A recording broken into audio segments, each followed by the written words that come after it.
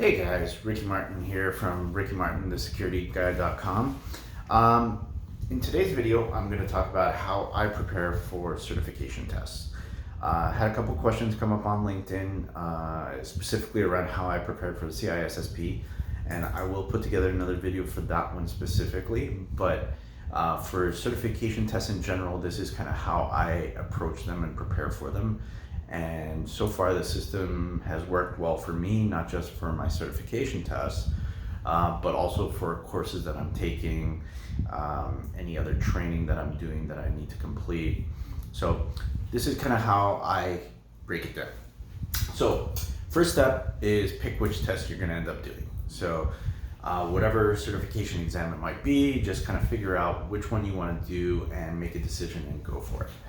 The second step for me is setting a target date of when I want to complete that exam.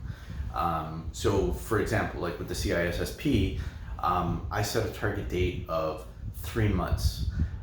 Initially that was taking into account, work, schedule, holidays, time off, kids, life, everything that gets in the way, and just to give enough time to plan and prepare for it. The next thing is, once you've set a date, what you really want to do is actually go ahead and book the exam.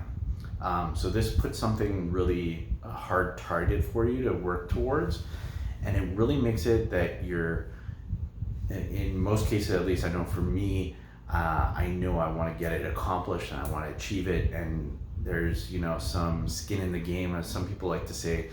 A lot of things, if you read books on impacting change and things like that, there has to be an emotion tied to it. So in a lot of cases, if you don't go through with this, there's going to be financial consequences because you've blown that money, right? So it makes you a little bit that much more invested into actually completing and going through with it. The next step I typically do for any test I'm taking, whenever there's any kind of pre-test or practice test, I usually try to take that first. I know it kind of defeats the purpose and goes against some train of thought, but for me, I like taking the practice test before I look at the material, just to kind of gauge where I'm at. And that kind of brings me into my next point, number 4, which is to study the weak areas. So a lot of times with the different certification exams, you'll have weighting of how the different domains or categories or areas might be scored against during that exam. And a lot of times during the practice test or pre-test that you might have, they'll give you a breakdown of how you scored on those different areas. So this helps you to, when you get to the point of studying, which areas you need to focus more attention on. Typically you're going to want to focus the areas you're weak on that have a lot of weight or carry a lot of weighting in the scoring. That helps you get up to speed and be more competent in those areas. So that's really one of the key things I look at, especially when I'm taking a test, is how the weighting is and what areas I need to focus on to have the best outcomes. So really you want to focus in on what's going to give you the best bang for your buck or your best return on investment, right? And then retest. Constantly, as I'm preparing for any certification exam, I'm always going through and re-practicing the test as I've studied the material, just to get familiar and get more at ease with the types of questions I might see on those tests. And same goes for courses or anything else. As long as I'm able to retake that test and there's no penalties or anything like that, I'm constantly taking tests, practice tests, just to get familiar with the material, the types of questions you might see, what to look for, what kind of answers you may see come up. And once you notice that you get into a certain pattern and you can pick out what to expect, what's right, what's wrong from the way the questions are worded, those kind of things.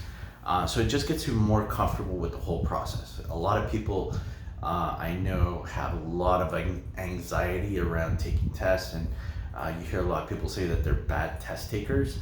I think first of all, you have to get that out of your head. That's just the way I am. You can't think like that. If you want to achieve it, you have to put your mind to it and not have any doubt that you can accomplish it. So for me, that's kind of one of the big things, is making sure that you have the right mindset going in. And a lot of times you may think that you bombed on the test and you actually passed. So, never think that you're going in with a failing mentality. Always think that you might, chances are you may have succeeded.